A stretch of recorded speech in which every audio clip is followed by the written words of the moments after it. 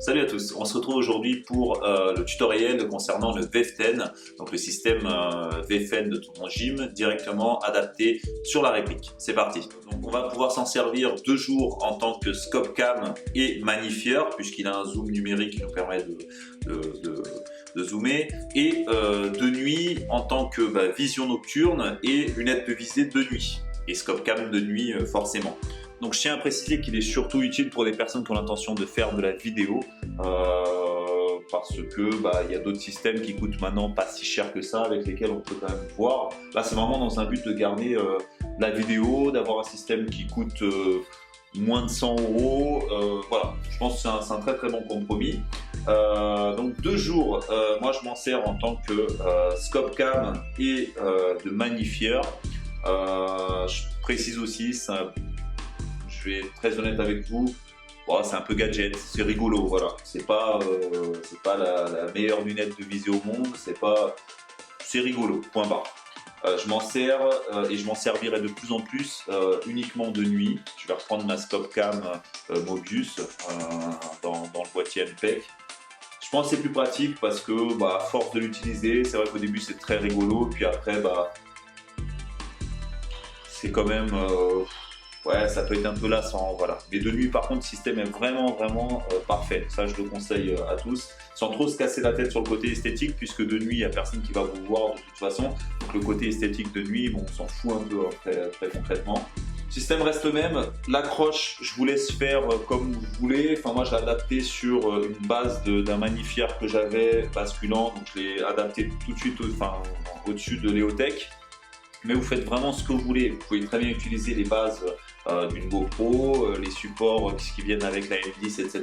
pour le fixer directement sur le Picatinny ou autre. Ça, les systèmes sont multiples, ça je vous laisse vraiment gérer par vous-même. Contrairement au système précédent, qu'est-ce qui a changé? J'ai coupé tout le côté plastique qui servait à rien, qui était plutôt pas très joli en plus. Le battery bank, j'avais désossé un battery bank que j'avais mis à l'intérieur du boîtier MPEG. Étant donné que je vais m'en servir de plus en plus pour la nuit, ici il y a mon Debal Element avec le laser IR, etc. qui va venir à la place de nuit. Du coup j'ai préféré en fait faire un système avec un fil qui passe ici et la batterie bank se trouve tout simplement à l'intérieur de la crosse, donc elle est complètement cachée. Elle est toute petite, c'est les petites batteries bank qu'on trouve un peu partout. Je l'ai acheté dans un magasin Action, pour tout vous dire, pour ceux qui connaissent. Voilà, ça coûte 5 €. Il y a 3000 mAh, ça suffit très amplement.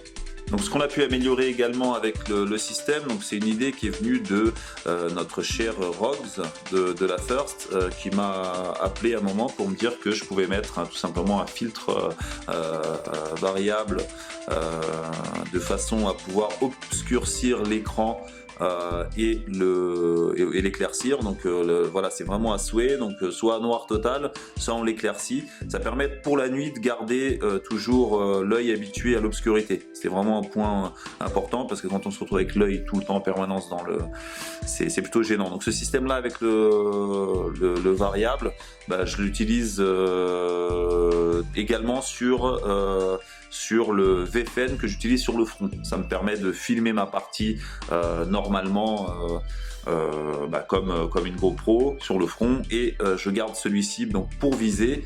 Et voilà, donc j'ai le même système sur les deux, le variable, ça me permet vraiment de choisir en tournant juste une petite molette. Donc en tournant le système, hop, ça permet d'obscurcir ou de l'éclaircir. Voilà. Sinon, donc pour passer de jour à la version de nuit, c'est très simple, un changement de lentille. Donc, je vais vous montrer vite fait comment je procède. Donc c'est tout simple, on enlève, là c'est un peu compliqué parce que je tiens tout avec une seule main, mais voilà, on enlève tout simplement le capot, on dévisse, hop, la lentille jusqu'au bout, voilà. On prend l'autre lentille, donc ça peut être, je sais pas, une 16 mm, c'est ce que j'utilise pour la nuit. Je prends la lentille 16 mm pour jouer de nuit, je la visse, et ce que je fais pour que tout soit vraiment nickel, je zoome à fond, je zoome vraiment à fond, je vais chercher en regardant dans l'écran la netteté la plus... Je prends un angle par exemple, je regarde à ce que l'angle soit vraiment hop, le plus net possible.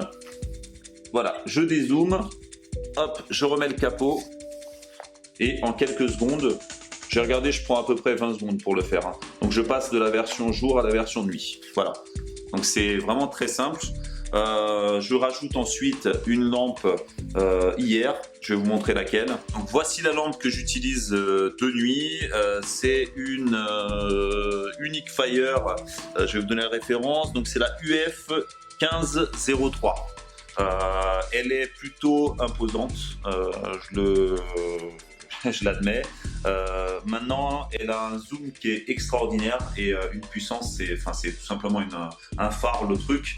Le zoom, vous allez le voir après, ça permet en fait de focaliser l'image sur précisément ce qu'on veut.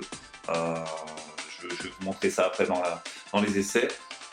Voilà, voilà un peu pour le système en tout cas. Donc configuration de nuit, je mets mon Debal Element donc ici à la place du boîtier NPEC qui me permet d'avoir le laser infrarouge et ma lampe Unique Fire super atomique parce que c'est vraiment un truc de fou.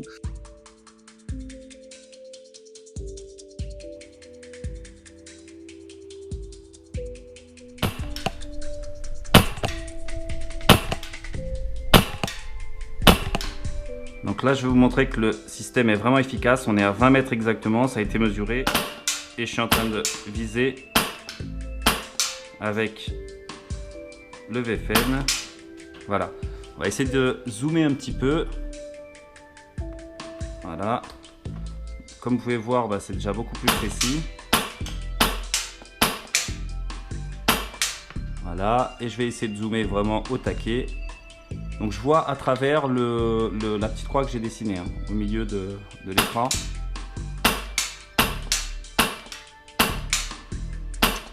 Voilà, donc là uniquement à travers le VFN à 20 mètres, voilà, le rond en métal fait la taille d'une tête, c'est extrêmement précis.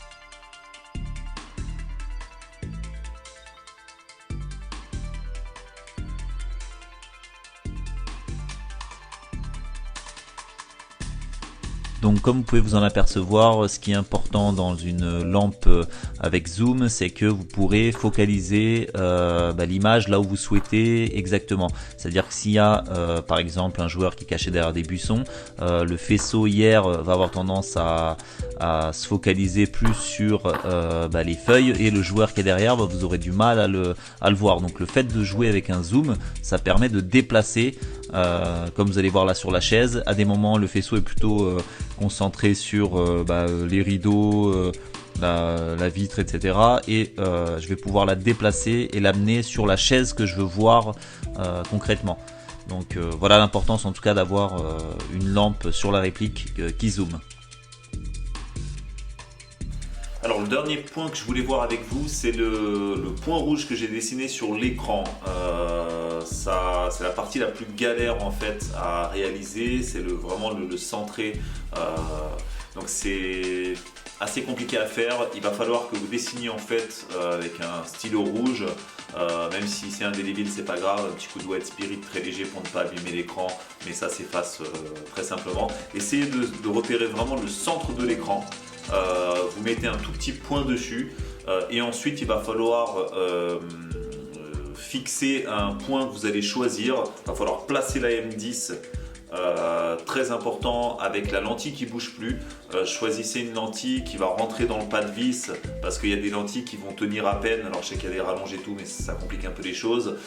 C'est pour ça que j'utilise une 16 mm, puisque la 16 mm que j'ai pour que la focale soit soit nette, elle s'enfonce quasiment jusqu'au maximum. Donc du coup, il n'y a pas de jeu en fait à l'intérieur du pas de vis. Du coup, la lentille ne bouge plus du tout. Parce que avec ma 25 par exemple, je galère un peu puisqu'elle se lisse à peine sur le pas de vis et du coup elle bouge. Et comme elle bouge, le point que j'ai dessiné au milieu de l'écran, il peut très légèrement être décalé. Donc du coup, pour la viser, c'est beaucoup moins précis. Donc une 16 mm, logiquement, elle s'enfonce, celle que j'ai en tout cas, elle s'enfonce vraiment jusqu'au bout du pas de vis. Du coup, elle ne bouge plus du tout. Vous dessinez un tout petit point rouge sur l'écran. Vous bloquez la caméra, il ne faut plus du tout qu'elle bouge du moindre millimètre, vous vous débrouillez pour qu'elle ne bouge plus du tout, vous la fixez. Avec l'écran, vous fixez un point, ça peut être, je sais pas, l'angle de la télé chez vous, à une certaine distance quand même, un point extérieur, etc. Et vous allez vous amuser à zoomer au maximum et dézoomer. Il ne faut pas que le point bouge entre le moment où vous zoomez et vous dézoomez, le point ne doit pas bouger. Si vous êtes à 0 au niveau du zoom, le point est sur, admettons, l'angle en haut à gauche de votre télé. Si vous zoomez au maximum sans que la caméra bouge et vous voyez que le point s'est légèrement déplacé, c'est que le point rouge en fait n'est pas au bon endroit. Donc à ce moment-là, il faut l'effacer et essayer de jouer avec ça, c'est assez galère, pour que le point rouge soit vraiment centré avec l'optique de la caméra, avec la lentille. Voilà, c'est vraiment très important parce que sinon, quand vous allez vouloir zoomer plus tard, si vous ne le faites pas, vous le mettez à l'arrache au milieu de l'écran. Quand vous allez zoomer au maximum, et comme il n'est pas vraiment centré, aligné avec la lentille, quand vous allez zoomer au maximum, le point va se retrouver en haut à gauche et vous n'aurez plus vos repères de visée. Donc pour que ce soit vraiment nickel, pratique à utiliser et agréable à jouer, il faut vraiment que ça soit ultra... voilà, il faut que ce soit bien géré, bien précis. Donc voilà, vous dessinez un point, vous zoomez, vous dézoomez et il faut que le point ne bouge pas par rapport au point que vous fixez, sans que la caméra bouge aussi. Donc, voilà, pour tout simplifier, caméra ne bouge pas, je fixe un point, je zoome et je dézoome. Le point que j'ai dessiné à l'écran, il ne faut pas qu'il bouge entre le moment où je zoome et je dézoome. Voilà, il faut qu'il reste toujours fixe sur le point que je veux, sans que la caméra elle bouge, sans que le point en face bouge, etc. Si ça bouge, essayez de l'effacer, de refaire un autre, d'essayer de jouer avec ça de façon à ce que tout soit nickel. Une fois que vous avez choisi le bon point, et à ce moment-là, vous dessinez ce que vous voulez, soit vous faites un rond autour, soit vous laissez juste un point parce que ça vous suffit, ou vous faites comme moi, une croix avec une petite règle, un petit truc très propre. N'ayez pas peur, moi je me suis trompé plein de fois, j'ai effacé White Spirit, très léger sur sa part, pourtant c'est du stylo indélébile. Donc voilà, c'est vraiment le point le plus sensible, j'ai envie de dire, dans l'opération. Et après, il va falloir coïncider. Au moment où vous allez l'installer sur la réplique, il va falloir que le moment où vous tirez, que ce soit aligné avec le fameux point rouge. Mais dans un premier temps, réglez déjà la caméra. Il faut que le point rouge soit aligné déjà par rapport à la caméra, sans être sur la réplique. Et après, sur la réplique, il va falloir faire en sorte à ce que ça corresponde aussi. Donc au niveau de la tâche que vous allez choisir pour la réplique, il ne faut pas que ce soit une attache qui bouge. Ou alors au contraire, si vous partez sur un support GoPro, au moins qu'il soit facilement orientable. C'est-à-dire que si vous voyez qu'à un moment donné il est plus fixe, que vous puissiez dévisser, le revisser bien comme il faut, etc. pour qu'il ne bouge plus du tout. Voilà, mais concentrez-vous d'abord à travailler sur le VFN uniquement, le point rouge sans qu'il soit attaché. Une fois qu'il est bien réglé, après vous pourrez les régler sur la réplique. Voilà, c'est la partie qui prend un peu de temps si vous voulez vraiment avoir quelque chose de propre. Autre chose importante aussi, si jamais vous changez de lentille, encore une fois, le fait de changer de lentille, si la lentille entre temps bouge, s'il y a du jeu à l'intérieur, ça risque de faire bouger aussi le point. Voilà, essayez de choisir des lentilles en tout cas qui s'enfoncent bien dans le pas de vis, ou les bloquer avec du téflon, etc. Voilà. J'espère que le tuto a été assez clair. Je vous dis à très vite sur les terrains. N'hésitez pas, s'il y a des questions, quoi que ce soit, de revenir vers moi, il n'y a pas de souci. À bientôt les gars.